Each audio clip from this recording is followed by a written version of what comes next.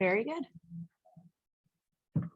All right, so good evening, everybody. Thank you for joining us for this special event, Memorializing the Salem Witch Trials. So my name is Rachel Christone. I am the Education Director here at the Salem Witch Museum. And I'm Jill Christensen. I'm the Assistant Director of Education. So before we dive into the presentation, we've got just a couple of housekeeping announcements. And if you have been with us for virtual events in the past, these will be very familiar. But as always, we are going to turn off the camera just so you can see our full screen. We will turn it back on at the end when we do questions. Along those lines, there will be time for questions at the end of the presentation. We'll have about 15 minutes. And of course, we are recording this presentation. It will be shared on our YouTube page early next week. So if you want to watch it again, or you know someone who wanted to watch it and couldn't be here, it will be made available as soon as we can. So with that, we are going to get started. Stop the video. All righty. So today we're marking the 30th anniversary of the Salem Witch Trials Memorial, which was dedicated on August 5th, 1992, 300 years after Salem's notorious witchcraft trials. As you will learn, the memorial was also rededicated on September 9th, 2012, after a major renovation effort. Though today is not August 5th, it is an important date in Salem Witch Trials history.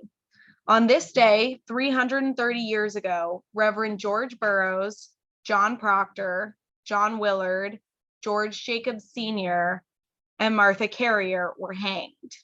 This was the third hanging date during the Salem Witch Trials, and unfortunately, it was not the last.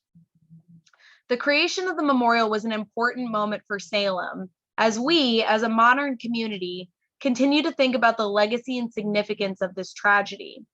To be honest, in the last few years, we often comment to each other that we wish the trials weren't so relevant to current events, but sadly, that doesn't seem to be possible in our contemporary world. There were so many people who worked together to create this lasting memorial here in Salem. While we won't mention all of them by name, we do want to note the hard work of the many, many people in our community who made the tercentenary possible. We feel particularly connected to the memorial's history as the Salem Witch Museum played an integral role in its creation. The three women pictured here were, in 1992, the Education Director, Allison DeMario, Director, Patty McLeod, and Marketing Director, now Executive Director, Tina Jordan. Tina, who has worked here for 43 years, has a wealth of knowledge regarding the museum's history. We couldn't have done this lecture without her. Not only did she collect and preserve the records from the tercentenary, but as you will hear later, Tina was the one who, for all intents and purposes, ran the Salem Witch Museum for the 2 years that Patty and Allison were immersed in the tercentenary preparations. Before we discuss the memorial specifically, we're going to provide some historical context about how Salem's witch history developed. You may think creating a memorial to honor the victims of the Salem witch trials would have been universally supported by 1992.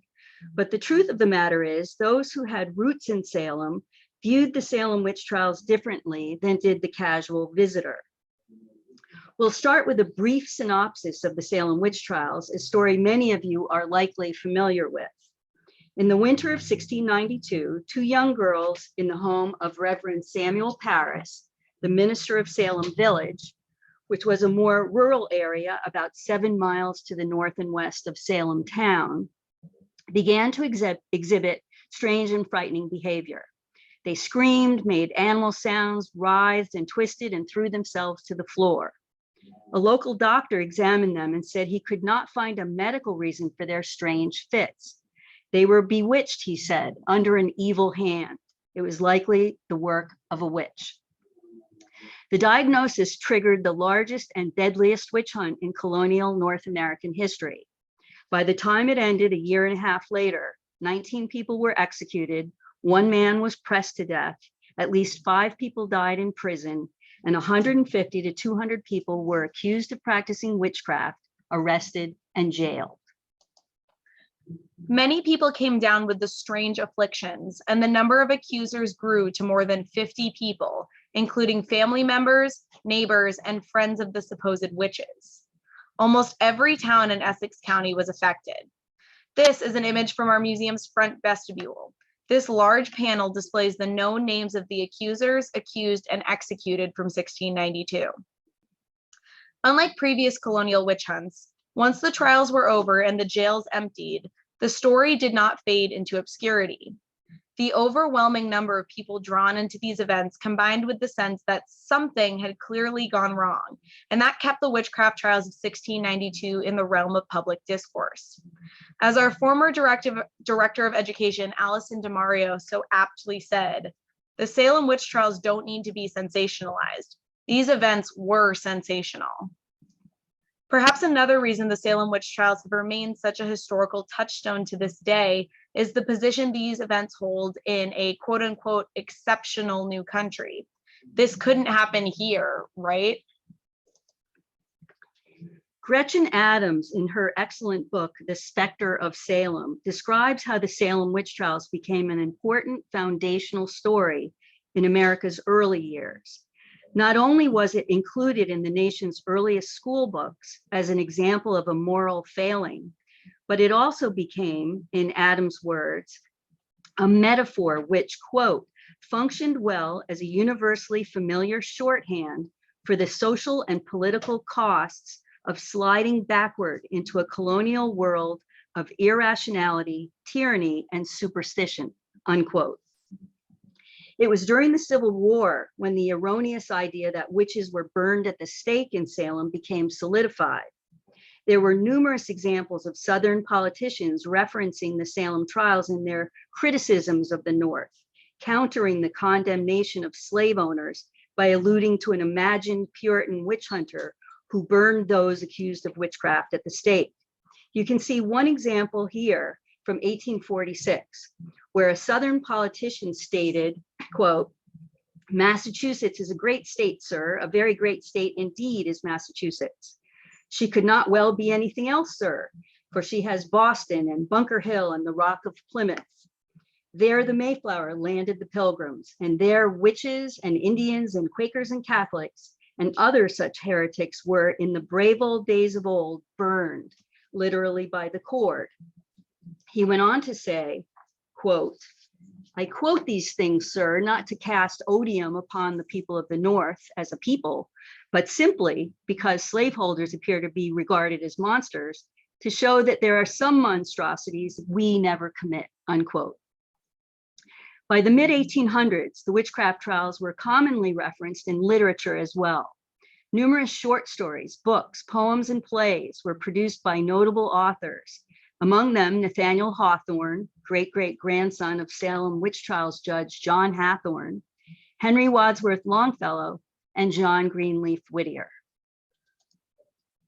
Although the 200th anniversary of the witchcraft trials drew additional attention to Salem in 1892, travelers had long been attracted by the city's witch-related history.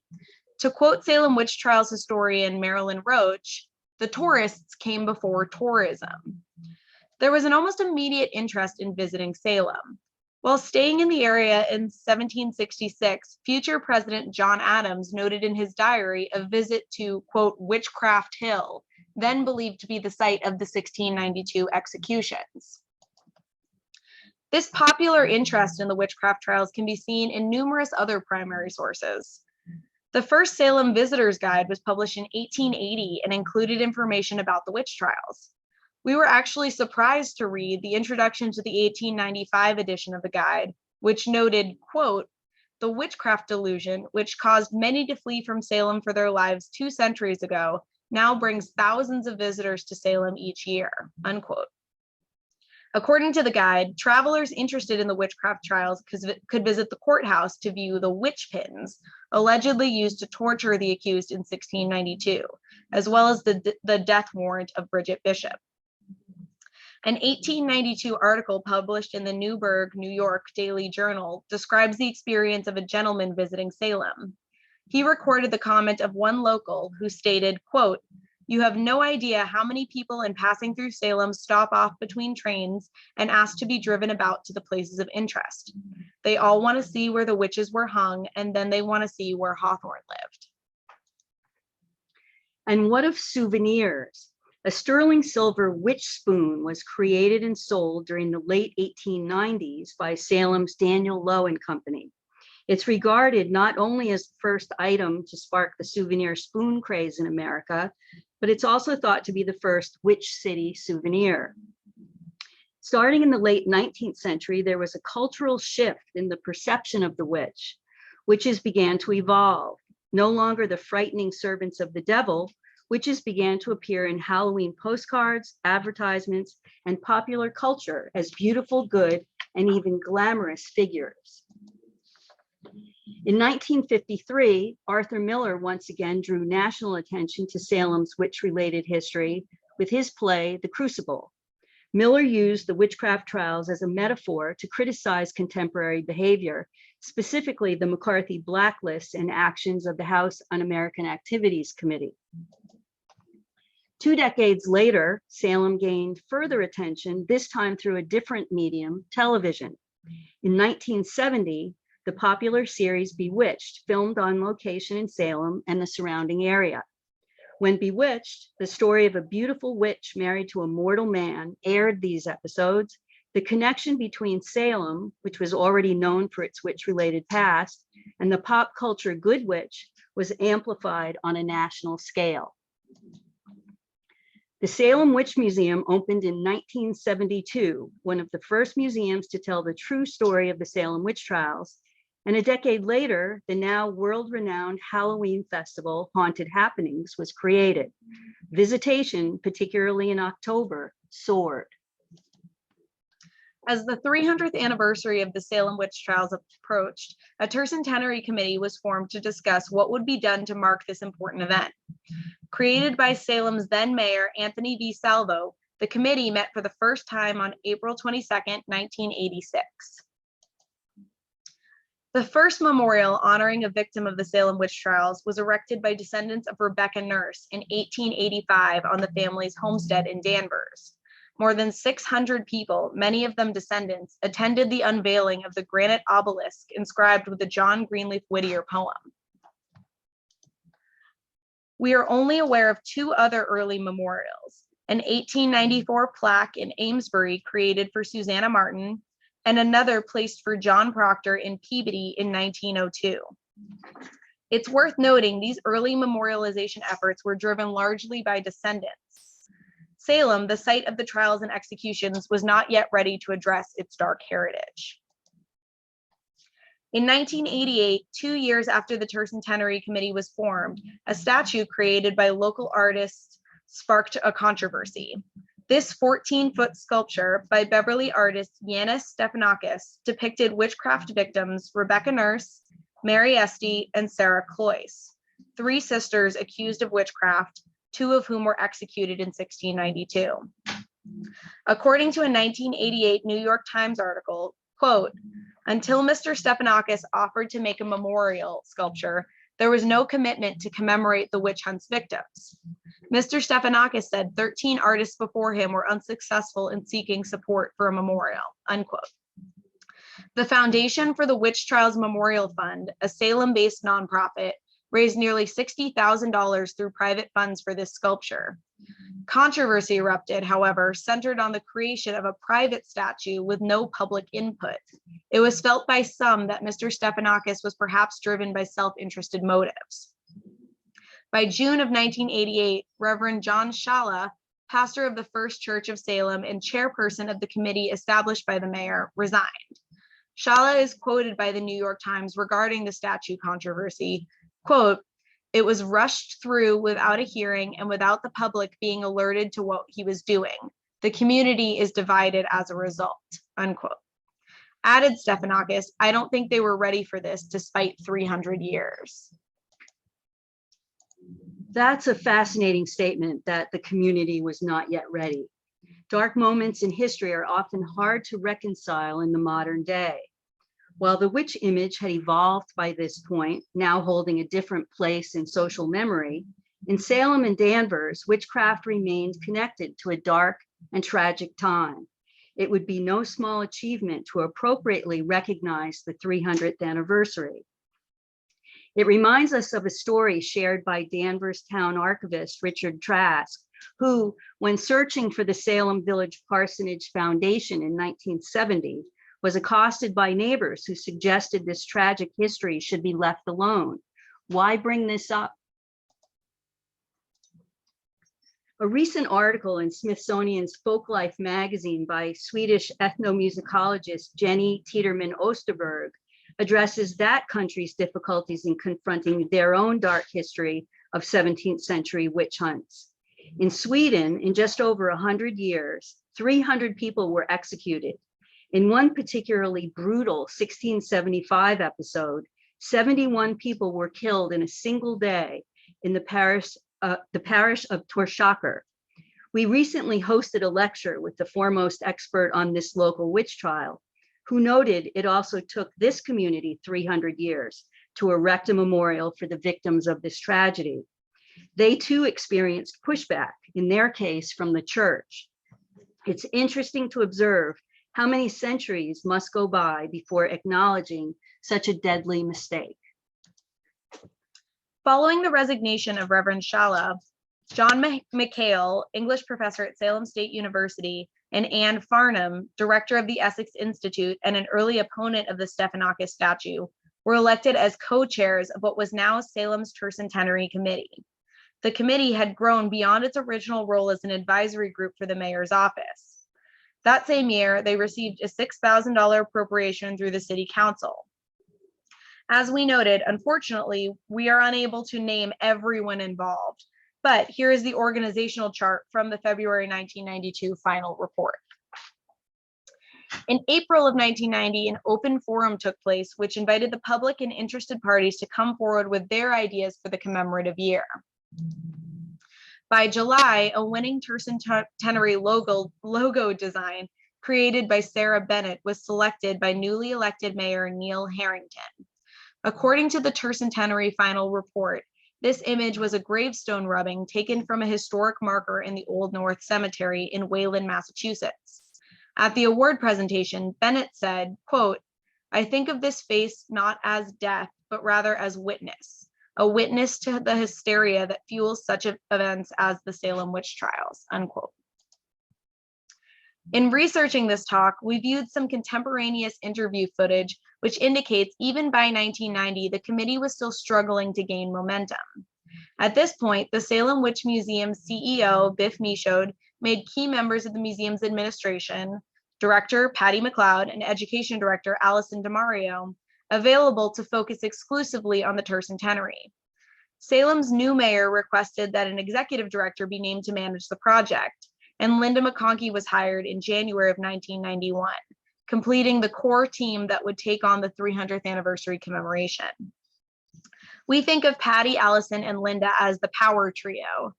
Tina, our current Salem Witch Museum executive director, remembers this time fondly, stating, quote, "It was amazing to see how they worked together to make something lasting and meaningful, something that would be educational and resonate with Salem residents as well as tourists. They wanted this to be a solemn commemoration. The three of them would gather in the office at the museum, and it was remarkable to see the symbiosis of how they worked together. It was magical," unquote. As the city's witch-related tourism had grown in the second half of the 20th century, some felt Salem's sad history was being disrespected and the human story behind the witch trials forgotten. Says McConkey, quote, "The goal of the tercentenary was to reclaim the historical importance and significance of this tragic event," unquote. A year-long commemoration was planned with two key elements in mind: the construction of a public memorial and a lasting way to honor the innocent victims. The latter was achieved through the creation of the Salem Award for Human Rights and Social Justice. An available piece of land was selected in downtown Salem. This park was both centrally situated and meaningful in its location adjacent to the 17th century Old Bearing Point Cemetery. While there were no known grave sites for the victims of the witch trials in 1992, Two of the trial judges and Salem's two ministers in 1692 are buried in this cemetery. The symbolism of the memorial would note the justice of this eternal proximity. With an estimated budget of $100,000, the committee issued a public call for designs. Funds to erect the memorial were raised through the sale of the program book, private contributions, and a $10,000 grant from the National Endowment for the Arts. Fundraising, led by McLeod, got underway with a vengeance. Says McConkie, quote, "Patty was a heat-seeking missile, tapping everyone she knew and they knew for contributions," unquote. During our museum's recent 50th anniversary celebration, current Salem Mayor Kim Driscoll recalled her first interaction with our museum was during this time. She said, quote, "I started at the planning department in 1992 and saw all the hard work that went into the tercentenary, and know that it wouldn't have been possible, frankly, without the private sector, and frankly, without the Witch Museum stepping up to say, this is an important milestone. How do we make sure we tell the story? How do we make sure we bring prominence to our community?" Unquote. 246 designs were received. Patty McLeod remembers, quote, "On the last submission day, taxis were literally pulling up outside the museum to enter designs into the competition," unquote. 5 noted professionals in fields relating to public art were assembled to select the winning design. This panel consisted of landscape architect Stuart Dawson, architect John Galston, director of public art for the Cambridge Arts Council, Paulus Lombardi, director of the DeCordova and Dana Museum and Park, Paul Masterkarnik, and author and historian Selma Williams. The jury of 5 viewed the designs in September of 1991 in the ballroom of the Hawthorne Hotel. From the 246 designs, 3 finalists were selected. Each finalist was asked to create a scale model to be presented to the jury in November of 1991. The jurists were tasked with considering aesthetics, historical accuracy, longevity, and public safety. From these models, the winning design by James Cutler and Maggie Smith was unanimously selected. James Cutler is a renowned architect based on Bainbridge Island, Washington. His work includes stunning residential, commercial, and institutional buildings. Maggie Smith, also based on Bainbridge Island, specializes in public art and has created other beautiful memorial works. The Tercentenary Committee final report describes the design, quote, "Striking in its simplicity, the memorial is surrounded on 3 sides by a handcrafted granite drywall. Inscribed in the stone threshold are the victims' protests of innocence.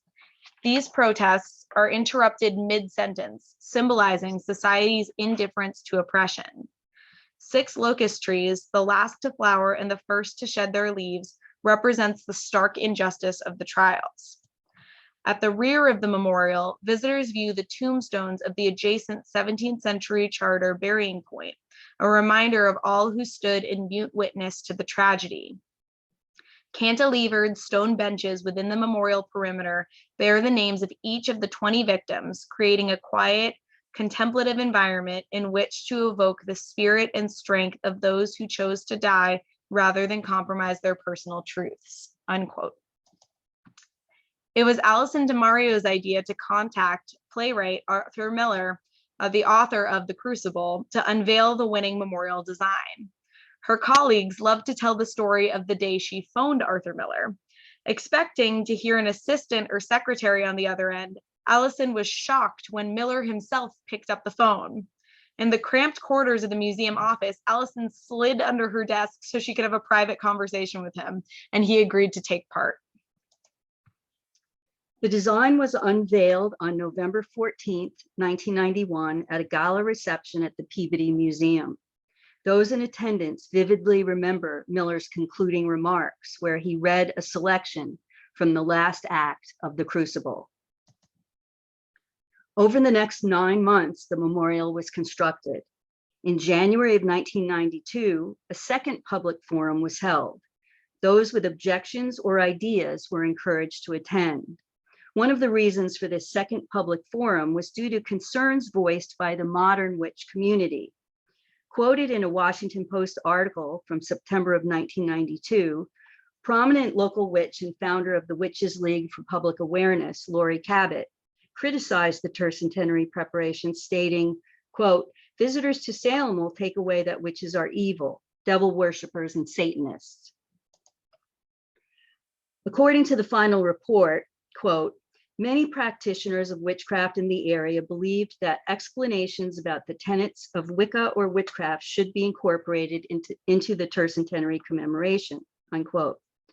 As the report notes, the committee, which was under municipal authority, was constrained from espousing any religious principles. Additionally, as the report goes on to note, the 17th century definition of a witch is not the same as the modern spiritual practice. Linda McConkey further added in the same Washington Post article, quote, "We have tried to be accurate and fair and to respond to the concerns of the witch community." On August 5th, 1992, the dedication of the Salem Witch Trials Memorial was the centerpiece of the tercentenary year. Holocaust survivor and Nobel Peace Prize laureate Elie Wiesel gave a special address, speaking eloquently about his lifelong commitment to end hate and human suffering. In this speech, Wiesel stated, quote, "In times of inhumanity, humanity is still possible. It is because people were fanatic that Salem was possible, and fanaticism is the greatest evil that faces us today. For today, too, there are Salems," unquote.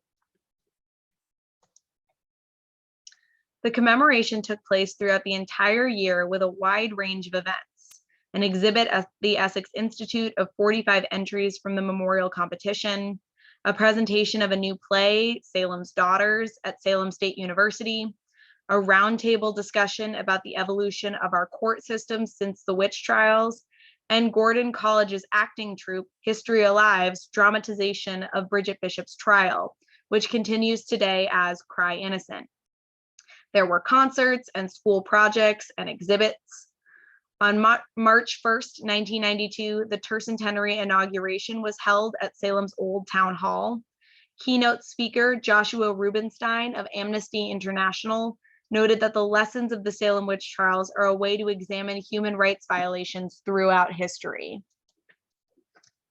As we noted earlier, there had been some tension between the modern witch community and the tercentenary committee. However, ultimately among the speakers at the concluding lecture series were Wiccan priestess Lori Cabot, speaking about the origins and current practices of witchcraft, and NPR's Margot Adler, lecturing on the resurgence of goddess worship in earth religions.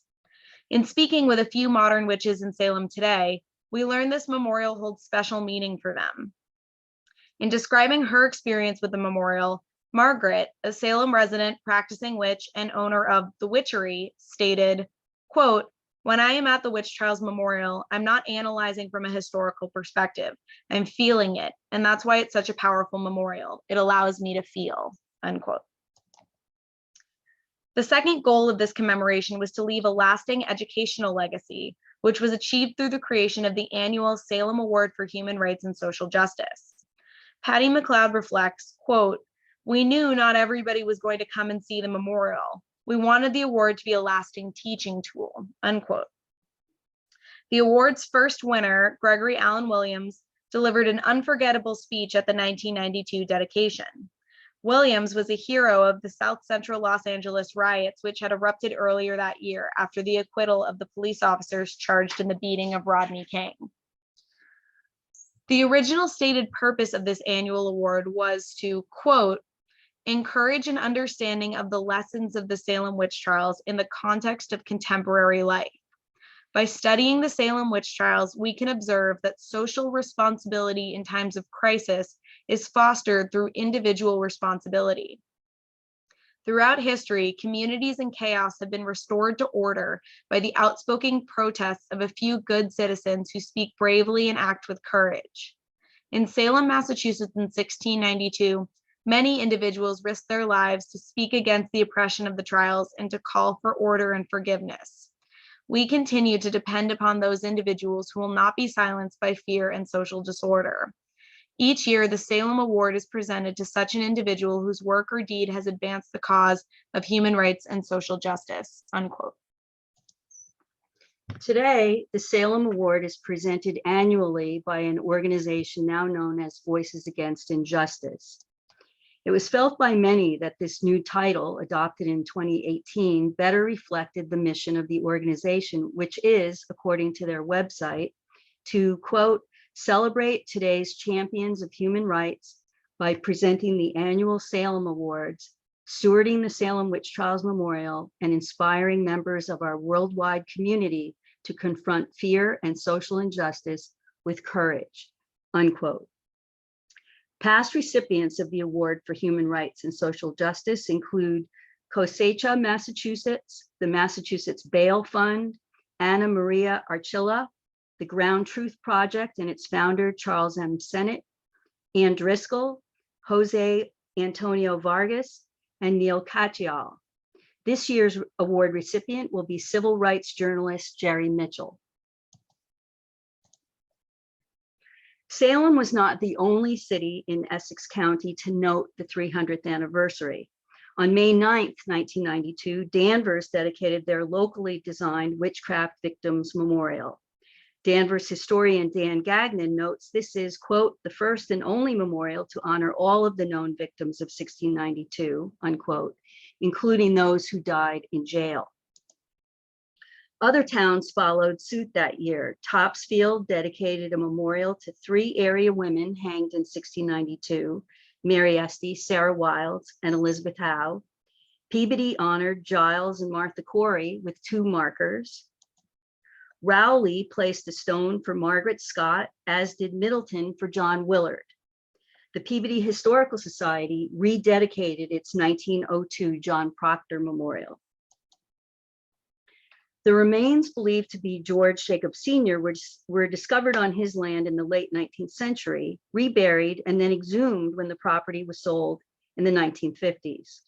Stored for decades, first by the Essex Institute and then the town of Danvers, Jacob's remains were reinterred and marked with a gravestone on the grounds of the Rebecca Nurse homestead in 1992.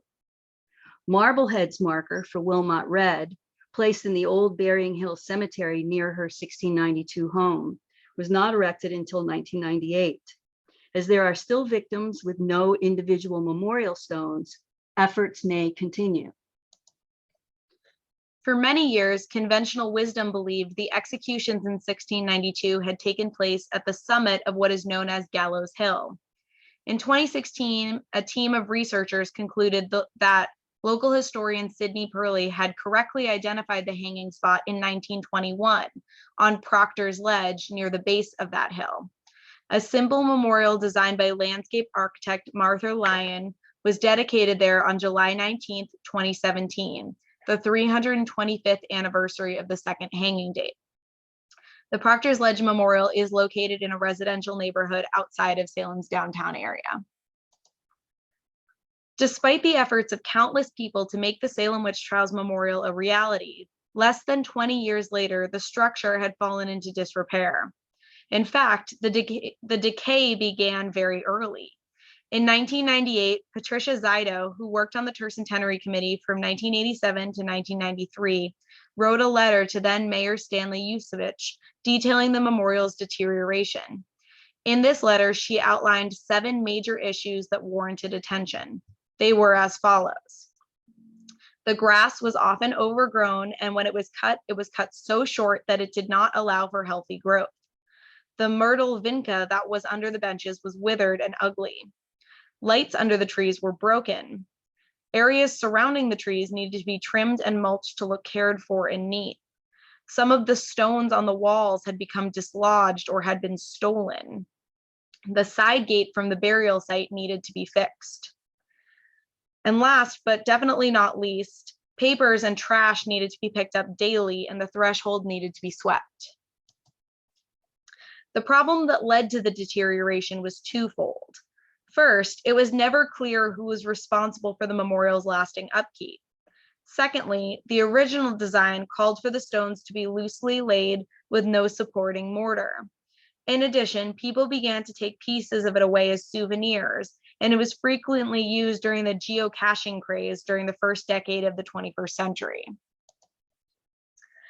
Led by Patty McLeod and Meg Toohey, fundraising efforts began once again. Although the Peabody Essex Museum was not involved in the memorial's initial creation, by this time they agreed to step in and oversee its maintenance. Today, they remain custodians along with the city of Salem and Voices Against Injustice. Repairs were completed and the memorial was rededicated on September 9th, 2012. In attendance were various city officials, including Mayor Kim Driscoll, members of the original Tercentenary Committee, Salem historians, and several descendants of witch trial victims. In this image, we see descendants standing in front of the stone that bears the name of their ancestor. Since 2012, the repairs have held and the memorial remains intact.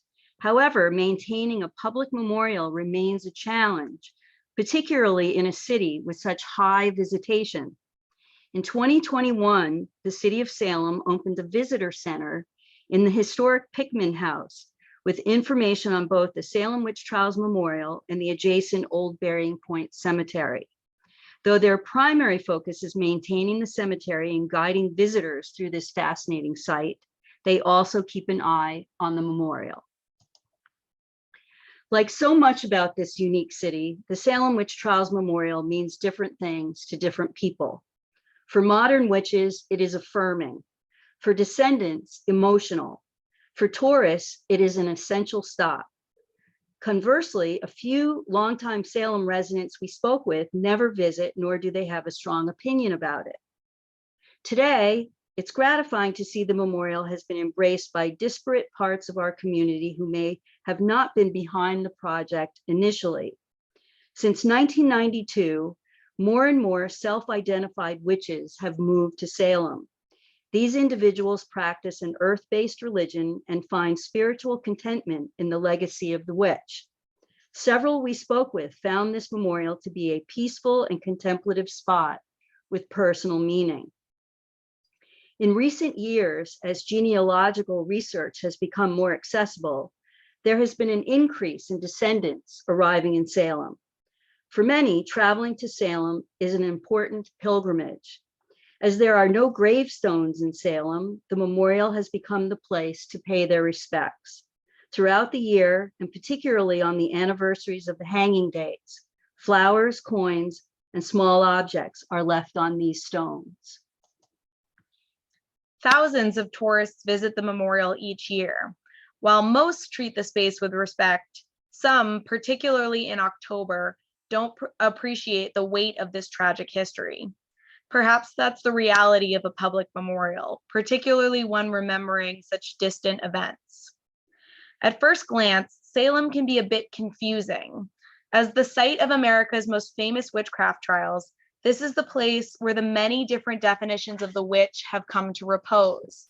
They can be seen around every corner. Is a witch a colonial victim of injustice, a beloved pop culture figure, a Halloween icon, a religious identity, a strong woman? This is a figure that continues to grow and evolve, taking on new meaning for each generation. We are not here to criticize the evolution of the word witch. We are here, however, to ensure that the tragedy that made Salem famous is never forgotten.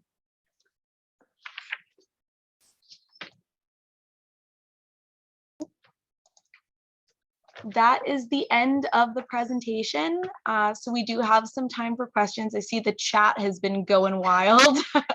So if anybody has any questions, please feel free to put them in the chat. If you had questions earlier in the presentation, we won't have seen them. So just enter them in now, so we'll see them come up fresh.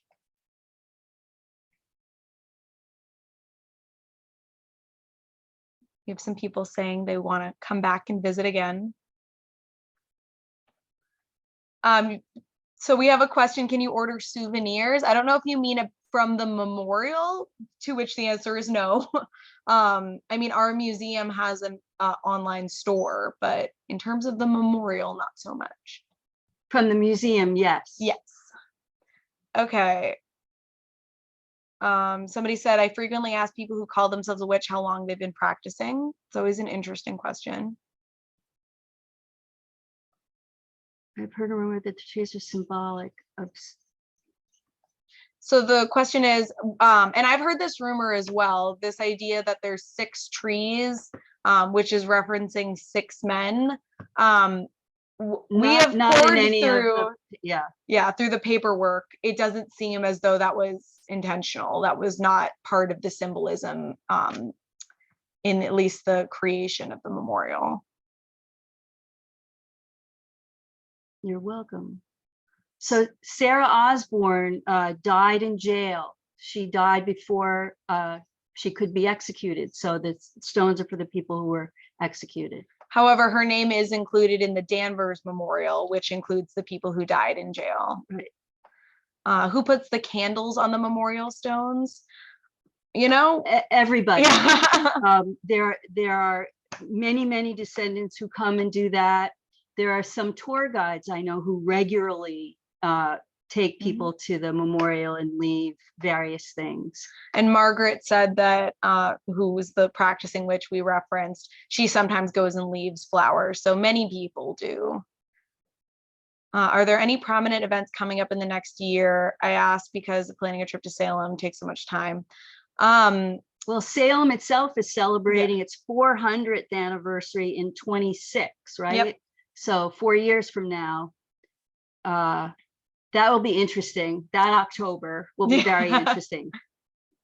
Are the spoons still available? So we actually have recreations of the original witch spoons, the Daniel Lowe spoons. So we do have those in our store. The real spoons, you see them online periodically, and they're mighty expensive. Several $100s, I think, the last time I saw one. And somebody donated their collection to us a couple years ago. So we do have a first design spoon, a second design spoon, and then a couple of, there's like a berry fork and a orange spoon. I want those. Yeah, my favorite is the berry fork. Yes, we do now have spoons again, right? They had sold out, but I believe they're back, our reproduction. What's happening for the 331st and more importantly, the 333rd? I like 333. We have Elizabeth Howe descendant. Where is the original Salem court documents today? So the existing documents are held in the collection primarily of the Phillips Library, which is in Rowley. But some of them are kind of scattered around. Like I know the Massachusetts Historical Society has a few, Cornell has a few. The court transcripts themselves have not survived. So the majority of the actual court transcripts are gone. We keep thinking we'll find them in our files, but it's not likely. Oh, Tina has popped in and said, one tree did not survive, there were 6. Yeah, thanking Tina. Everyone is encouraged not to put candles on the memorial. I assume that's for fire and wax reasons. Is it disrespectful to sit on the stones? It is not. It was actually the intended purpose of them was for people to be able to sit there and think about, you know, the memorial, the weight of these events. And in fact, in our photos, the first one, there was one person sitting thinking, and here we have another person.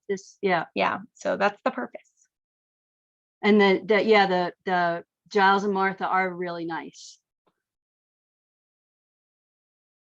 So yeah, Mary Ayer Parker of North Andover, actually. I think that's who you mean. Maybe you mean someone else. That's the only one that I know. She was hanged. There's no Andover, North Andover have not done their own memorials yet. The store is up on our website. Yes. Okay, so does the museum store website? We have descendants of Sarah Osborne. Has climate change or flooding affected the memorial as it has the House of the Seven Gables? I actually don't know. Yeah, I mean, don't think the so. Gables is right on the sea. So they're in a little more trouble as far as closeness to the water.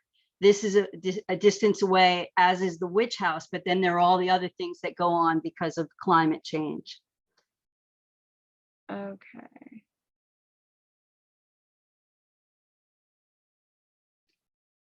True. The stereotypical image is part of what goes on here. That is true. I heard the witch trial documents were actually accidentally burned. So we actually, at History Camp this past weekend, Margot Burns did a wonderful talk, and she explained that, so some of the court documents were at Thomas Hutchinson's house, who was the last royal governor of the colony of Massachusetts Bay. And he was writing his history of Massachusetts. And during the Stamp Act riots, they got into his house and just wrecked it. And some of the documents were damaged, though I had actually been under the impression his house was burned to the ground and they with it, which Margot has dispelled for us this past weekend. But she did tell us that because those court documents had to be looked at over and over again and handled, they likely disintegrated, which was very interesting. I had never known that. I recommend to avoid visiting during October. So November through September is lovely. Yep. Oh, and Tina has posted a link for the 400th. Why do people claim to be witches want to live in Salem if there were no actual witches? Very complicated question, but the spiritual practice of witchcraft is based in, it's a neo-pagan religion. There's no central tenets of it. It's a very broadly speaking of nature-based religion that centers on earth worship and incorporating in older pagan practices into modern practice. And many people find comfort and in the legacy of the witch. This is a whole other conversation, but also so many of the people accused in the 17th century were just strong, outspoken women, and many of them practiced herbal medicine. So there's a connection in that way that I think modern day people feel a sense of, I don't know, a respect for individuality here. Right. That's what I would say Salem is. We mean broadly the yeah. European witch trial era. You see people who are still, healers and things like that, accused of witchcraft sometimes. So that's certainly a component of it. But yeah, it's just finding this spiritual contentment in the legacy of the witch. And Salem has, as we said, become this kind of touchstone for all of the different definitions of the witch. So there's not a memorial for Anne Foster yet. Again, she's an Andover woman. I'll be writing a bio about her shortly, though. I'm fascinated with her. There's a question, is there one stone bench that seems more popular than the others? I don't think so. Oftentimes people will put you can tell that the same person put things on all of them because they'll be the same type of flower. We went there today actually, and there was gladiolas. Yeah. Somebody had left beautiful red and white gladiolas on every bench, which was because it's the hanging day today. Oh, and we have a modern witch explaining the connection in here. Well. I hope we did. I like that. If we were alive, then it could have been us accused, jailed, and killed. Exactly. Yep. Can you talk about Martha Carrier? So if you haven't read the book Heretic's Daughter by Kathleen Kent, please do so. She's a descendant, Kathleen is, of Martha Carrier, and she writes this book through the eyes of Martha's 7-year-old daughter. And it's, I don't really like historical fiction, and I love this book. It's so well researched. It will give you a feeling for what that must have been like. Carrier was only 38 years old, I believe, when she was hanged. So she's quite a remarkable character in this. So, and that book is called The Heretic's Daughter. And then the prequel is The Traitor's Wife, and they're both excellent. So we have a comment. There seems to be a constant disagreement in the town between commercialism of the witch trials and the money it brings into the town and the serious appreciation of its history. Very concisely put. Yes, that is something that Salem very much, it's always going to be difficult here because commemorating an event like witchcraft is so strange. It's such an interesting kind of heritage to grapple with, because as we said, for many people, the word witch does not necessarily, at least immediately, evoke Puritans or innocent people targeted, scapegoated during times of great fear. It has a much broader and honestly positive connotation for it. So being this site famously associated with a witchcraft trial will naturally invite this kind of conflict. And yeah, Salem's is a tourist economy, and most people coming here are coming to learn about the witchcraft trials. So it's something that we will always have to work on. There's never going to be a perfect balance, I think. And yes, we're recording this. It'll be posted on our YouTube channel early next week for anybody who missed part of it. We have the comment, divorcing your abusive husband could be seen as a woman being shrewd and therefore difficult, and any woman who is anything but submissive was seen as potentially a witch. Women weren't supposed to have their own opinions. Yeah. They definitely were, supposed to be quiet. Yep. We would have not been doing well. We would not have been great.